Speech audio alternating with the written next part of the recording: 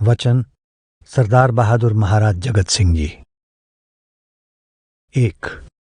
केवल नाम पा लेने से ही कोई सत्संगी नहीं बन जाता।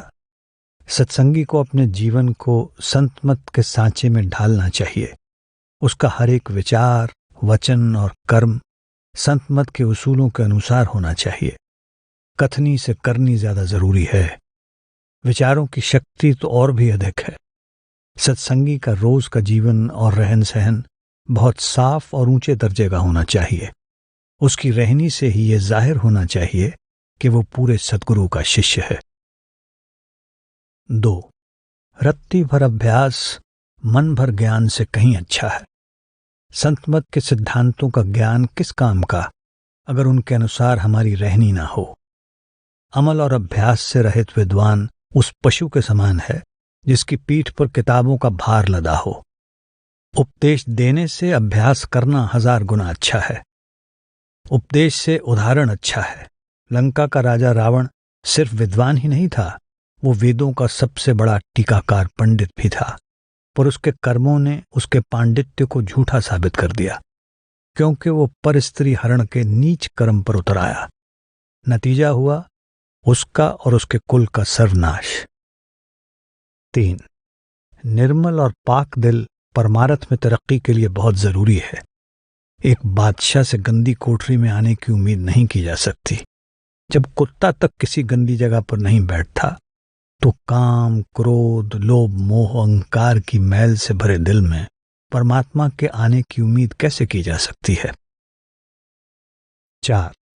हमारा शरीर जीवित परमात्मा का मंदिर है।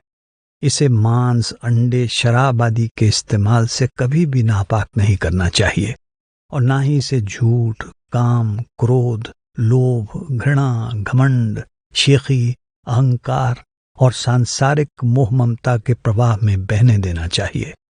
इस सब गंदगी को बुहार कर इस मंदिर को मालिक के रहने के लायक बनाना चाहिए। 5. कभी किसी का दिल न दुखाओ। ये ऐसा पाप है जिसे खुद मालिक भी माफ नहीं करता। ये परमार्थ की जड़ ही काट देता है। हमें अपने विचारों को दूसरों पर नहीं थोपना चाहिए। सदा नम्रता का व्यवहार करना चाहिए और मीठे वचन बोलने चाहिए।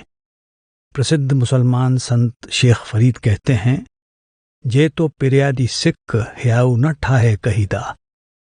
ऐ फरीद, अगर तुझे प्रियतम से मिलने की चाह है तो कभी किसी का दिल न दुखा। फरीदा जो तय मारन मुक्कियां तिना न मारे कुम, आप पनड़ा कर जाइए पैर तिना दे चुम। अगर लोग तुझे मुक्के मारते हैं तो बदले में उन्हें ना मार, बल्कि उनके पैरों को चूम कर अपने घर आ जा। 6. हमारा आंतरिक मार्ग डाकुओं से घिरा हुआ है। इनमें सबसे बदतर है काम वासना। ये चेतन माया लोभावनी बनकर हमें ठग लेती है। इस बहुत बड़े खतरे से होशियार रहो। जब भी मन में काम की भावना उठे, एक सिपाही की तरह सावधान होकर डटकर उसका सामना करो। उस समय अपने ध्यान को तीसरे तिल पर जमाकर अपने आप को सतगुरु के स्वरूप के पीछे छिपा लो। अपने आप को इस कोठरी में बंद कर लो। परमार्थ की दृष्टि से इस खतरे से सावधान होने का यही तरीका है। साहस और मजबूती के साथ मन का मुकाबला करो। मन से कभी हार न मानो। उसके सामने कभी हथियार मत डालो। दुश्मन के सामने झुककर हम कभी नहीं जीत सकते। मन को हरदम डांट फटकार कर रखो। 7. कायरों की कभी जीत नहीं होती। संतमत शूरवीरों का मार्ग है। वे प्रीतम यानी परमात्मा को भेंट के लिए अपने सिर को हथेली पर रखकर मैदान में उतरते हैं। किले यानी प्रीतम के धाम को फतह करने के लिए कोई भी कुर्बानी बड़ी नहीं है। सोहिनी को महिवाल से प्यार था। महिवाल नदी के पार रहता था। सोहिनी उससे मिलने के लिए मिट्टी के घड़े के सहारे तैर कर नदी पार करती थी। एक बार किसी ने उस घड़े की जगह एक कच्चा घड़ा रख दिया। नदी बाढ़ पर थी। सोहिनी जानती थी कि नदी को पार करने की कोशिश मौत होगी, पर वो पीछे नहीं हटी। प्रेम की वेदी पर उसने हंसते हुए अपने प्राण न्यौछावर कर दिए। मालिक के लिए प्यार में हमें इस निडर स्त्री की मिसाल को अपनाना चाहिए। अपने भजन सिमरन में दृढ़ रहो, भजन में दृढ़तापूर्वक लगे रहो और बदन में जरा सा दर्द होने पर उठो नहीं।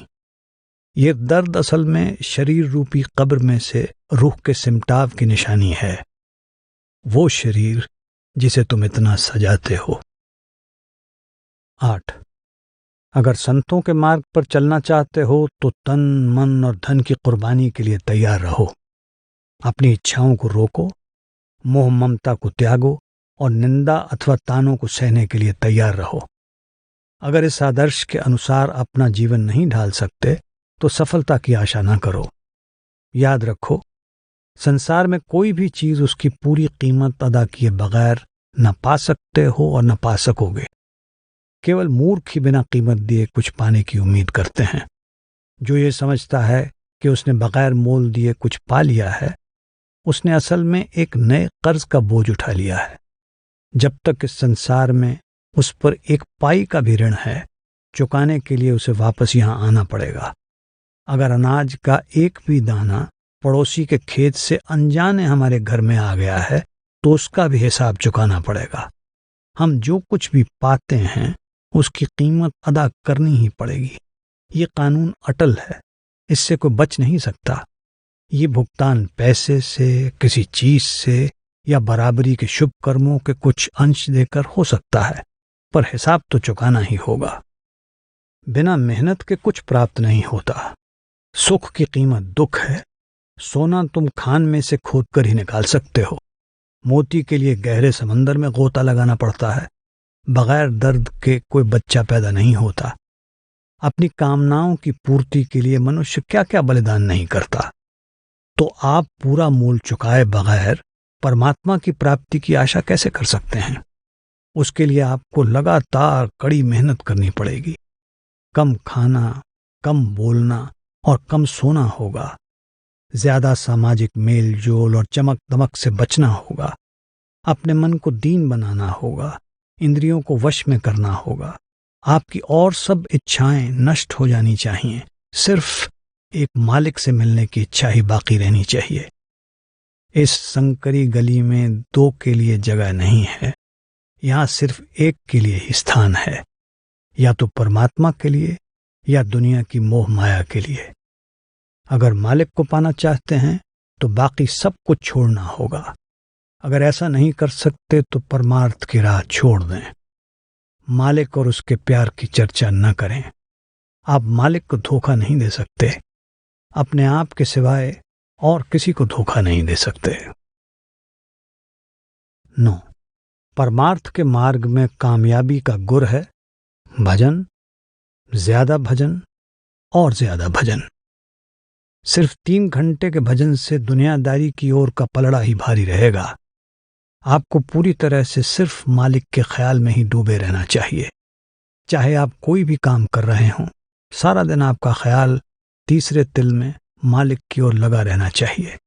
24 घंटे मालिक से मिलने की तीव्र इच्छा व बेताबी, उसके विरह की पीड़ा और तड़प बनी रहनी चाहिए। खाते पीते, चलते फिरते, सोते जागते, प्रतिपल उसका नाम होठों पर तथा उसका स्वरूप आंखों में बसा रहना चाहिए। अनगिनत युगों से हम मालिक से बिछुड़कर बाहर बेलगाम आवारा भटक रहे हैं। हम मन और माया की जंजीरों में इतने जकड़े हुए हैं कि मालिक को बिल्कुल भूल गए हैं। ये भी भूल गए हैं कि हम उसकी अंश हैं। हमें अंदर बाहर पूरे परिवर्तन की जरूरत है।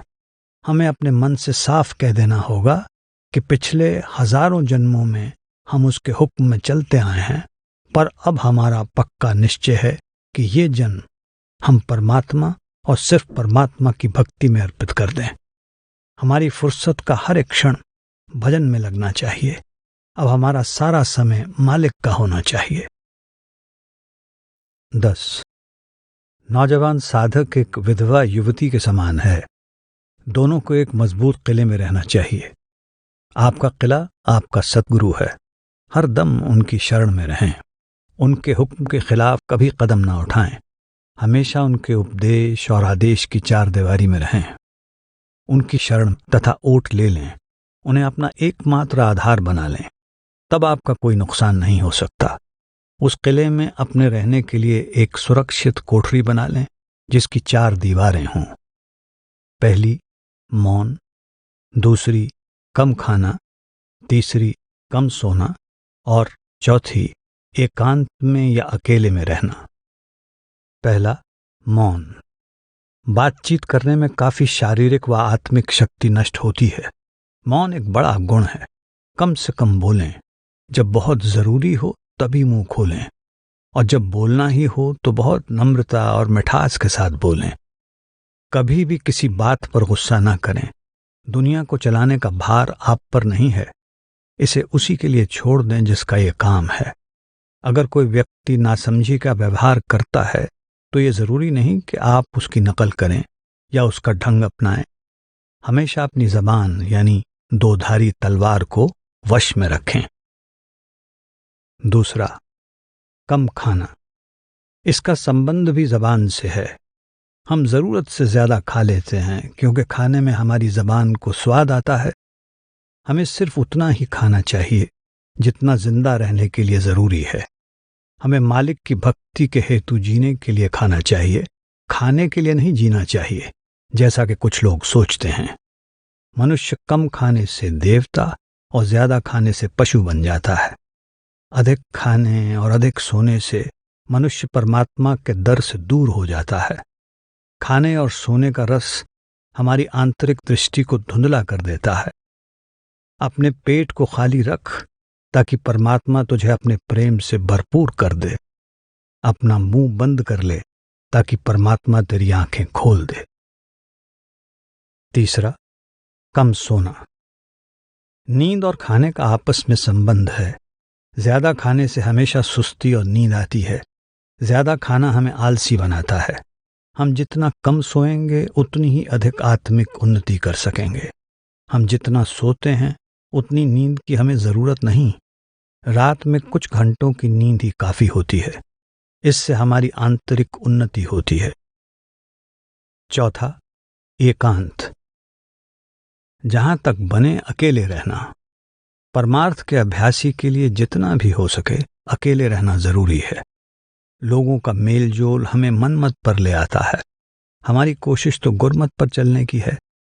मनुष्यों से दूर भाग और अपने आप से ऊपर देख।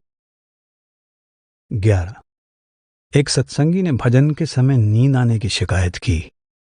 महाराज जी ने फरमाया, साधक को उस अवसर का लाभ उठाना चाहिए जब उसे नींद आने लगती है। उस समय मन का झुकाव स्वाभाविक ही तीसरे तिल की ओर होता है। इसलिए इस नींद जैसी अवस्था का स्वागत करो, पर सो न जाओ। भजन के समय उनींदापन महसूस हो सकता है, पर सोना नहीं चाहिए। जागते रहो और सचेत रहो। मन और इंद्रियों की नींद के समय की स्वाभाविक प्रवृत्ति का लाभ उठाओ और तीसरे तिल में आ जाओ। ये जागृत निद्रा की अवस्था बड़ी आनंदप्रद होती है। कुछ दिन इसका अभ्यास करो और देखो कि आंतरिक उन्नति में कितनी सहायक होती है। पर यह सावधानी रखनी चाहिए कि आप ना तो सो जाएं और ना पूरी तरह से जागते रहें।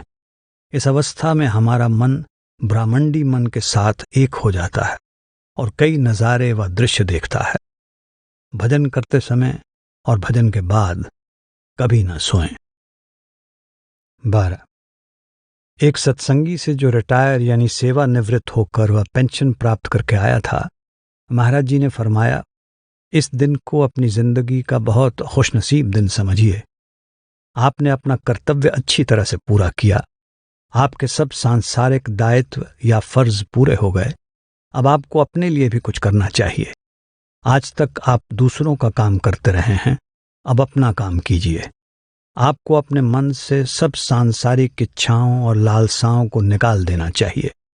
अपने मन से कह दें कि तू दुनिया में अपना खेल खेल चुका है, अब परमात्मा की बारी है। अपने मन को परिवार, संतान, घर जायदाद, रुपए पैसे, मान बढ़ाई, देश और सब सांसारिक संबंधों से हटा लें। मन को ऐसी अवस्था में ले आएं कि इन सब के होने या ना होने का आप पर कोई प्रभाव न पड़े। अब अपना पूरा ध्यान, सब सोच विचार और सारा समय परमात्मा और सिर्फ परमात्मा की ओर ही लगा दें। अब उसी के हो जाएं। मालिक के सिवाय और सब चीज़ों का ख्याल मन से निकाल दें। दिन रात भजन सिमरन की चिंता रखें, दूसरी किसी बात की नहीं। मेहनत करें, बेधड़क होकर मन के साथ लड़ें। सद्गुरु आपके साथ हैं, उनकी मदद से मन को वश में कर लें। 13. हमारे भोजन का हम पर बहुत प्रभाव पड़ता है। ये पुरानी कहावतें बिल्कुल सच हैं। जैसा आहार वैसे विचार, और जैसा अन्न वैसा मन। राजसिक और तामसिक भोजन से बुरे विचार उत्पन्न होते हैं। सात्विक भोजन से शुद्ध विचार आते हैं। शुद्ध विचारों से अच्छा चरित्र बनता है, और परमात्मा के प्रेम के लिए अच्छा चरित्र बहुत जरूरी है। परमात्मा के प्रेम के बिना कोई आत्मिक उन्नति नहीं हो सकती। सदा शुद्ध सात्विक भोजन करें। सात्विक भोजन भी नेकी और ईमानदारी से कमाया जाना चाहिए, और उस कमाई में से बुजुर्गों को और दूसरे सब लोगों को उनका उचित हिस्सा दे दिया जाना चाहिए। खाना सादा और हल्का होना चाहिए, और उसे प्रसन्नचित होकर पकाना और खाना चाहिए। कम खाना चाहिए, और खाने से पहले देने वाले यानी परमात्मा का शुक्रगुजार होना चाहिए। 14. मलिन विचार आत्मिक उन्नति में बहुत बड़ी रुकावट होते हैं। वे विष के समान होते हैं।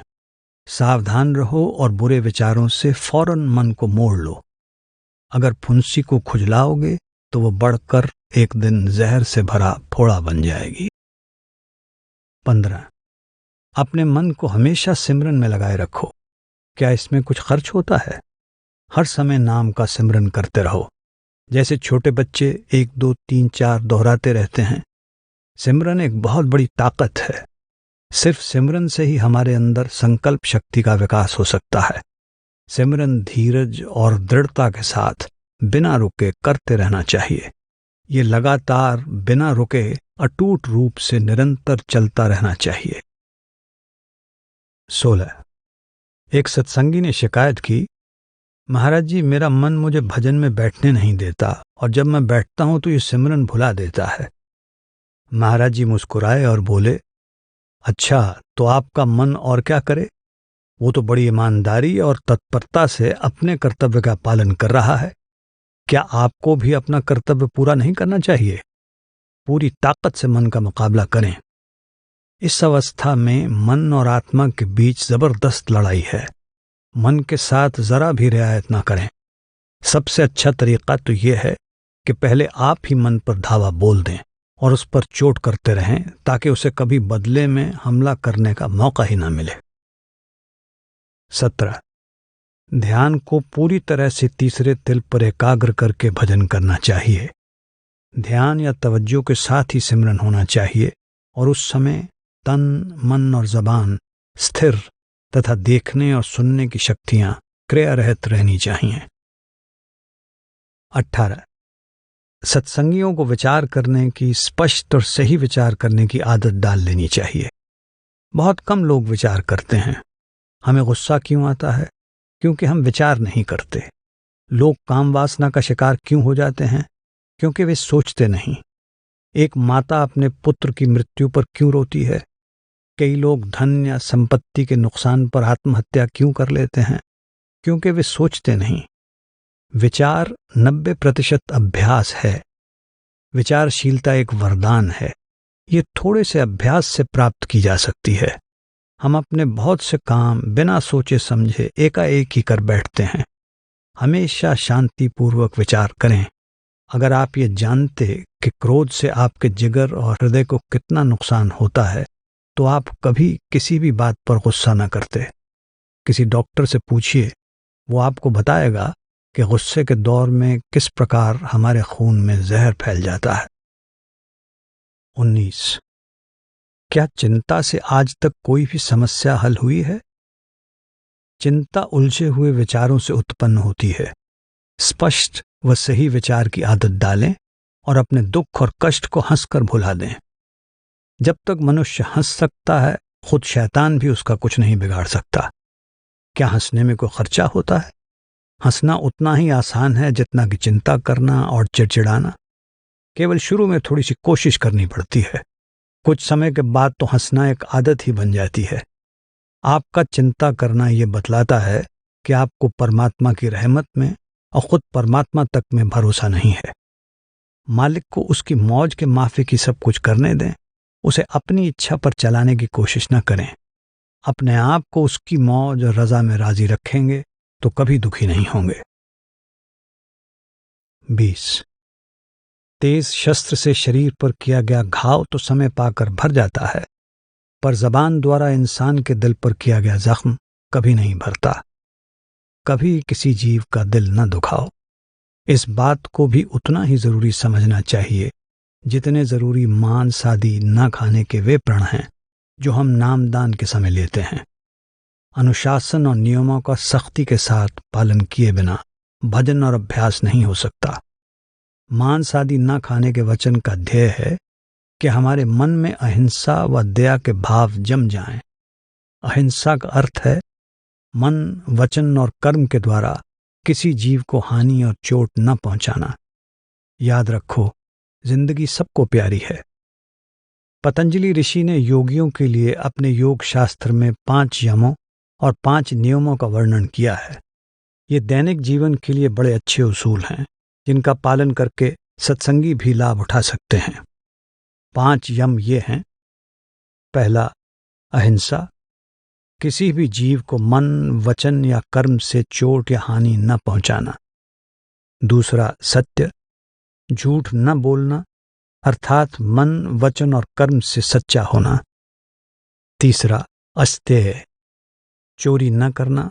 जो वस्तु आपकी नहीं है उसकी न तो इच्छा करना और ना ही उसे ग्रहण करना। चौथा, ब्रह्मचर्य। मन, वचन और कर्म से काम वासना का त्याग, अर्थात संयम से रहना तथा वीर्य की रक्षा करना। पांचवा, अपरिग्रह। संग्रह की भावना का त्याग, अनावश्यक वस्तुओं को इकट्ठा न करना, त्याग करना। 5 नियम ये हैं। पहला, शौच यानी स्वच्छता। दूसरा, संतोष यानी तृप्ति। तीसरा, तप यानी स्वेच्छा से आत्मनियंत्रण करना। चौथा, स्वाध्याय यानी धर्म ग्रंथों का अध्ययन करना। पांचवा, ईश्वर प्रणिधान यानी परमात्मा में अटूट विश्वास रखना और अपने आप को उसकी मौज पर छोड़ देना, परमात्मा की प्राप्ति की कोशिश करना। 21 एक बार सत्संग में महाराज जी सतगुरु के अद्भुत आंतरिक नूरी स्वरूप के तेज और जलाल का वर्णन कर रहे थे। एक सत्संगी उठा और बोला, महाराज जी, मुझे आपके नूरी स्वरूप के रोज दर्शन होते थे, पर अब 1 महीने से दर्शन नहीं हुए हैं। महाराज जी ने कहा, आपके मन पर किसी रंज या खुशी का असर पड़ा होगा।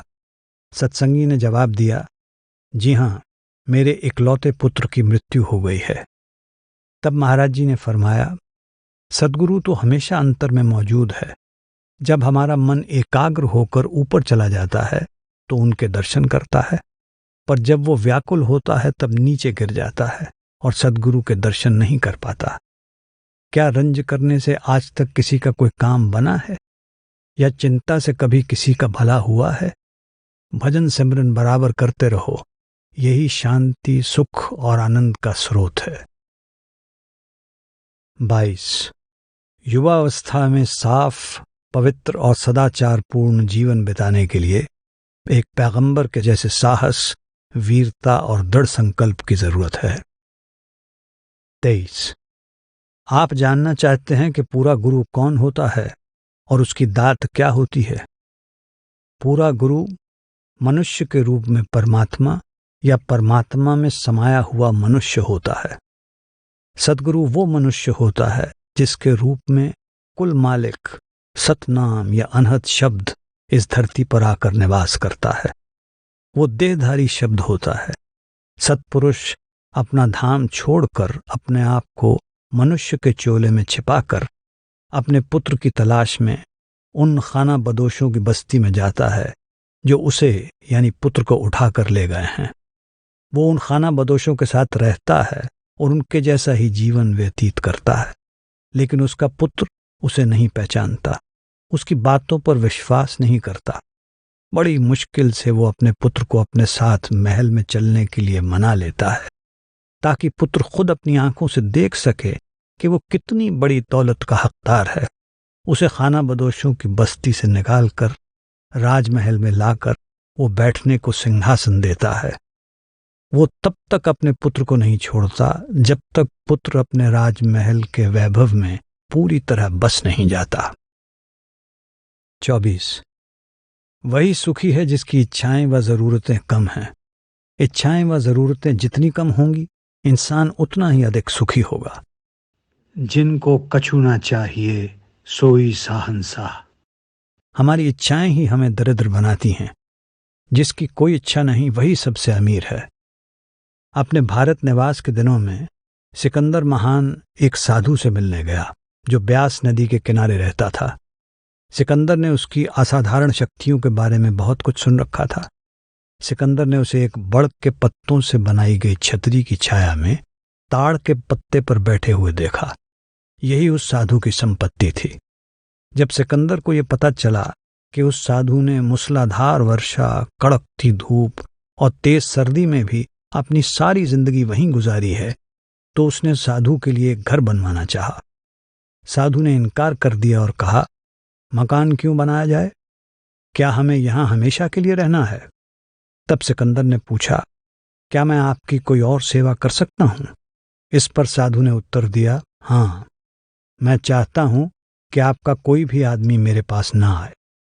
सिकंदर ने अपनी मृत्यु के समय अपना आधा राज्य उस व्यक्ति को देने की घोषणा की जो उसे केवल इतने समय के लिए जीवित रख सके जिसमें वो अपनी माता से मिल सके।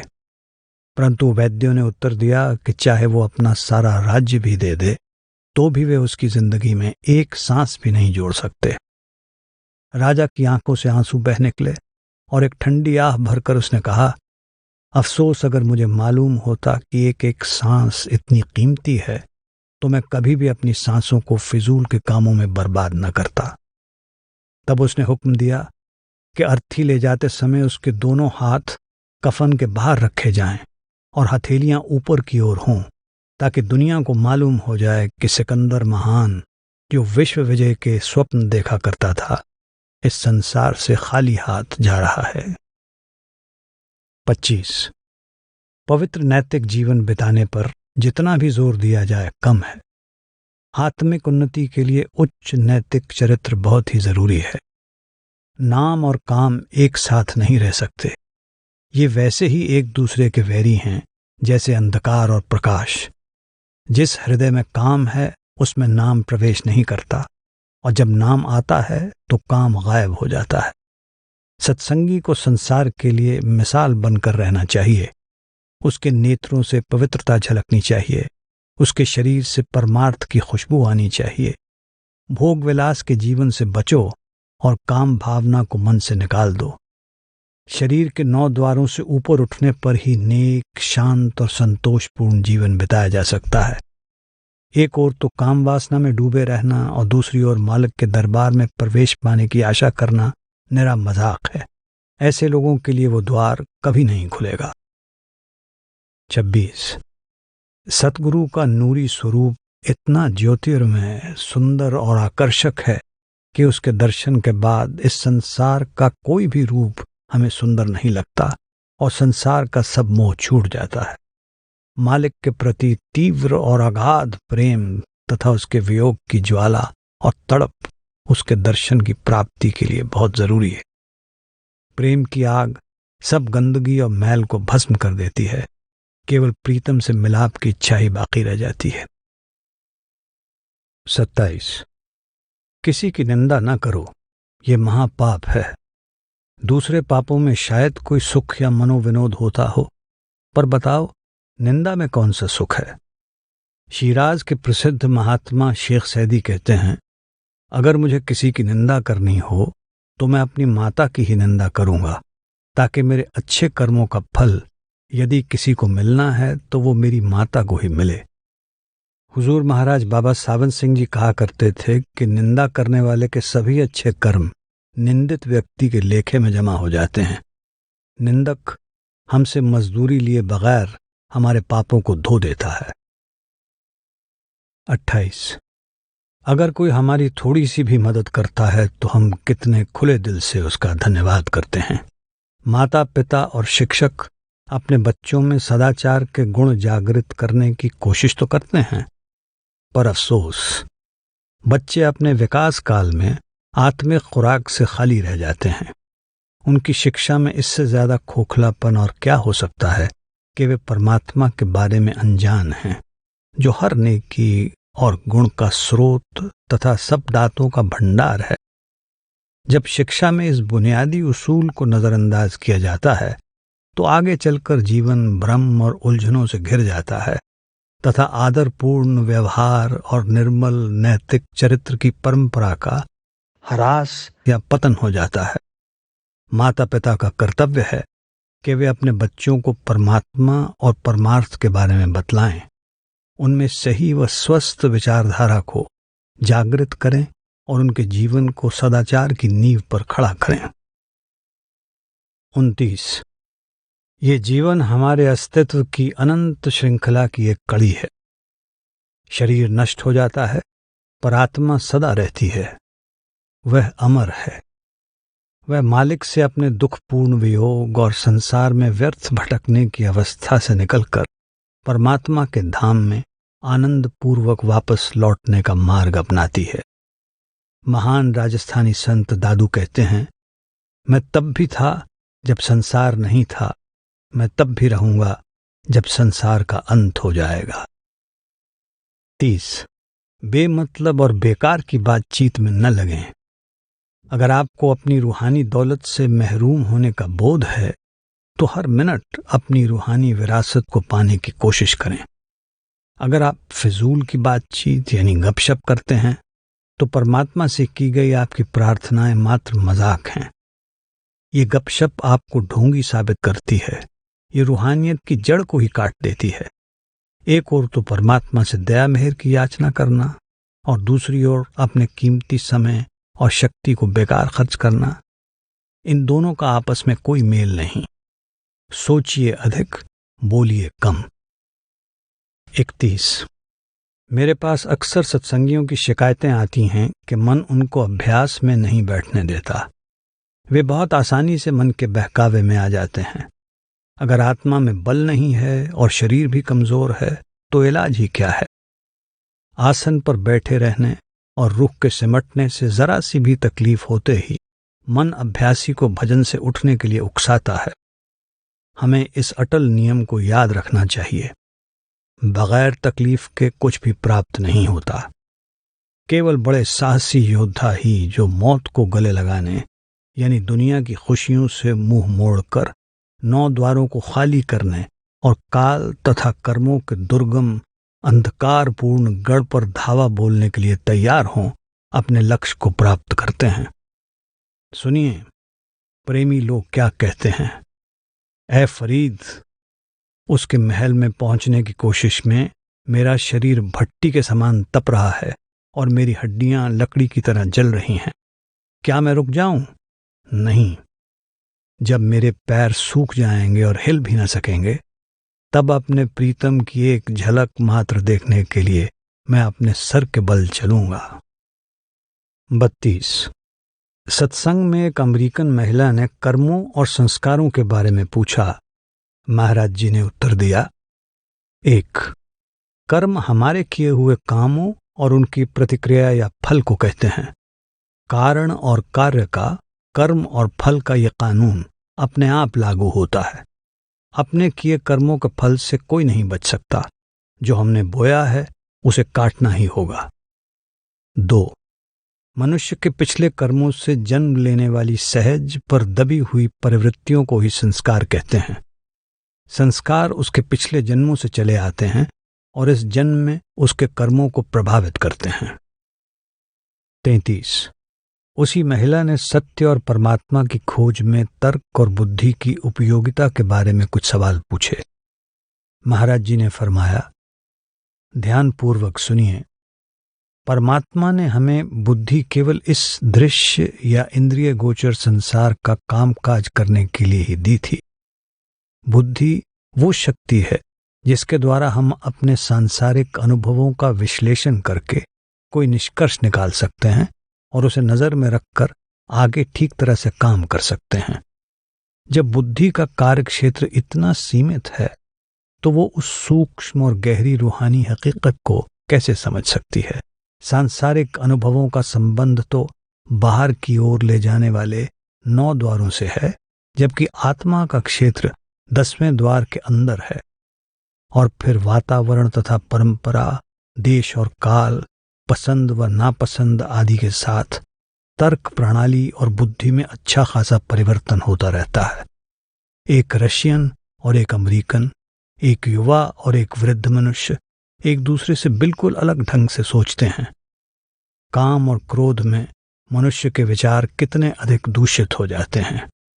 जब तर्क और बुद्धि का मापदंड या पैमाना हरदम बदलता रहता है तो इसके माप पर क्या भरोसा किया जा सकता है। अमेरिकन महिला ने पूछा, तब परमात्मा की प्राप्ति के लिए हमें किसका आसरा लेना चाहिए।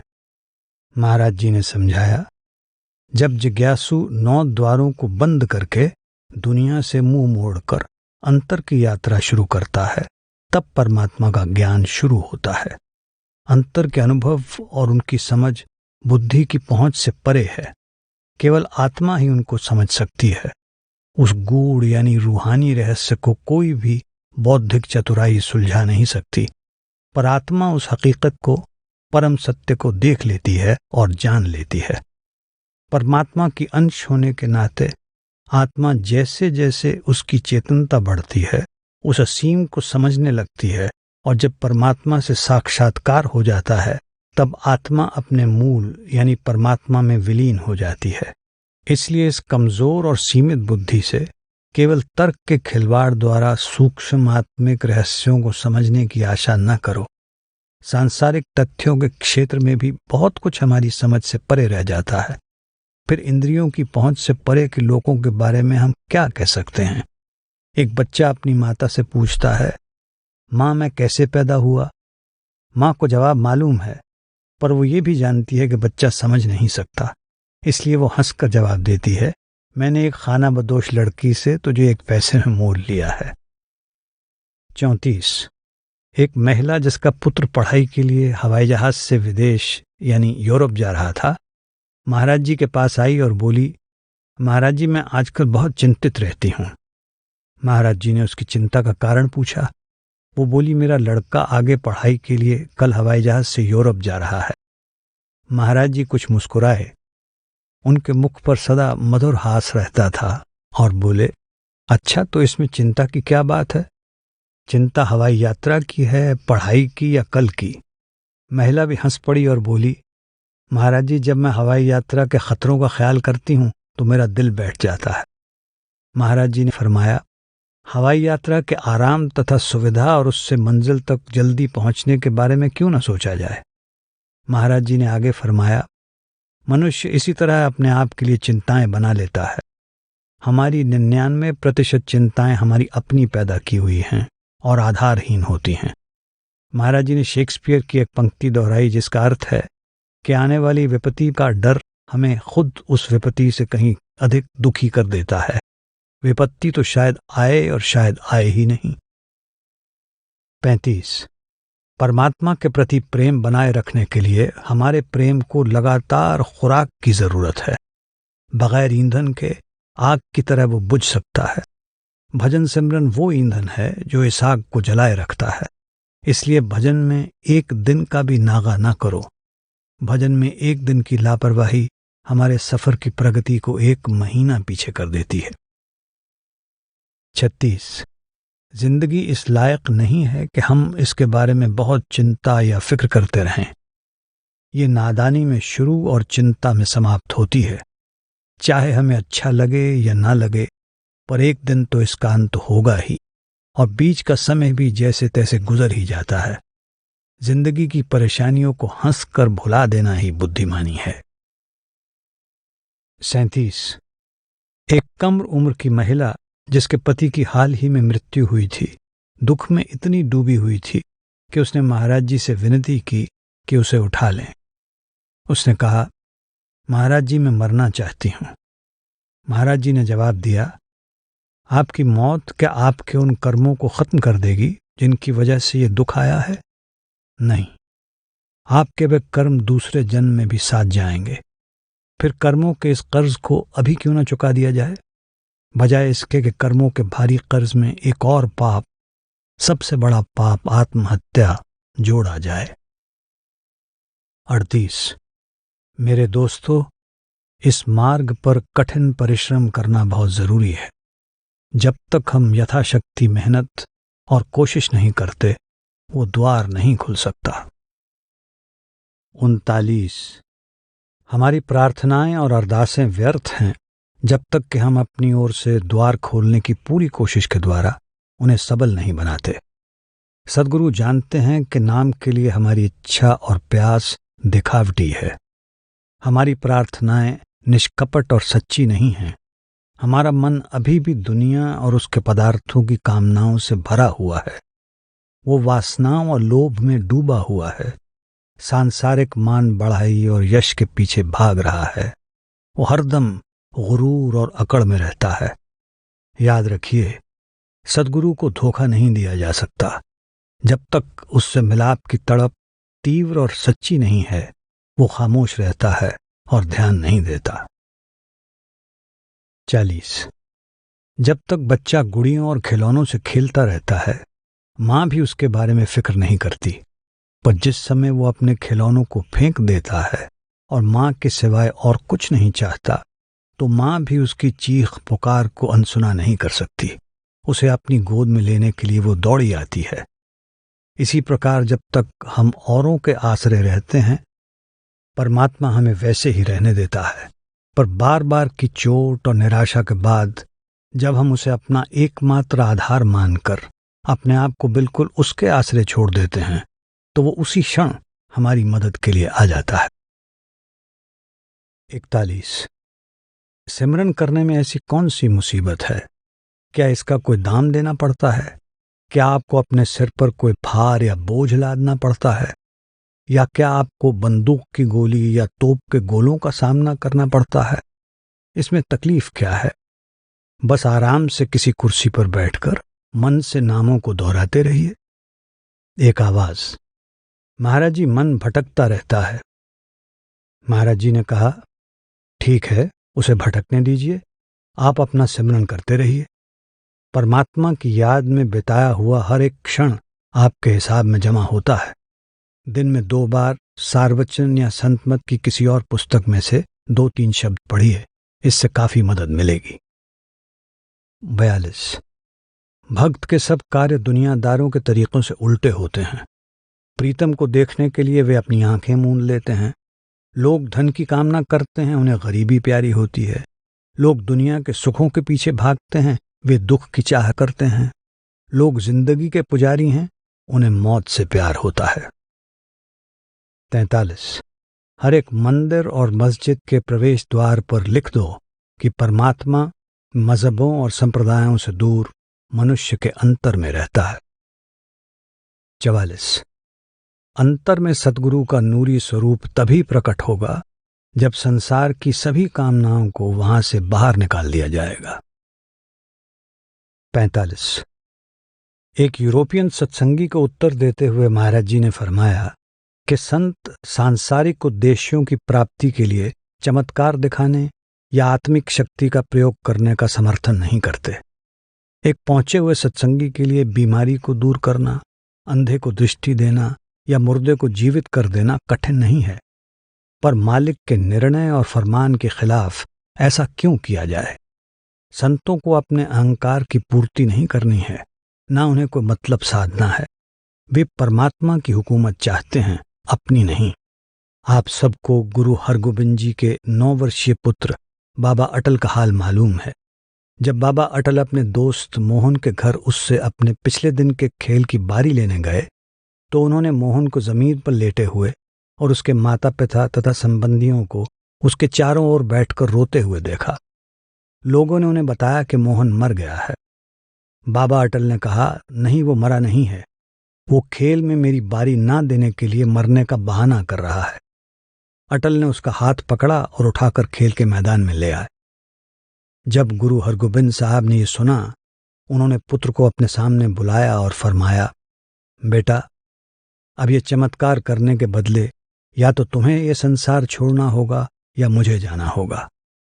बाबा अटल ने अपनी नादानी का मोल चुकाना मंजूर किया और उसी समय वहीं जमीन पर लेटकर चोला छोड़ दिया। आपने अमृतसर में हरमंदिर साहब के पास उनकी संगमरमर की समाधि देखी होगी। हुजूर महाराज बाबा सावन सिंह जी फरमाया करते थे कि ये रिद्धियां सिद्धियां सत्संगी के मार्ग में वेश्याओं के समान हैं, जो उसकी संपूर्ण कमाई को लूट लेने की कोशिश करती हैं। उनसे हमेशा सावधान रहो।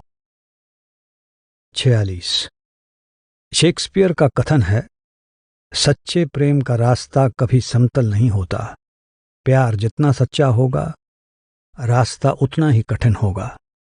यही बात परमात्मा के प्रेम के लिए भी सही है। जितना अधिक आप उसे प्यार करते हैं, उतना ही अधिक कठिनाइयां और आजमाइशें वो आपके रास्ते में खड़ी कर देता है।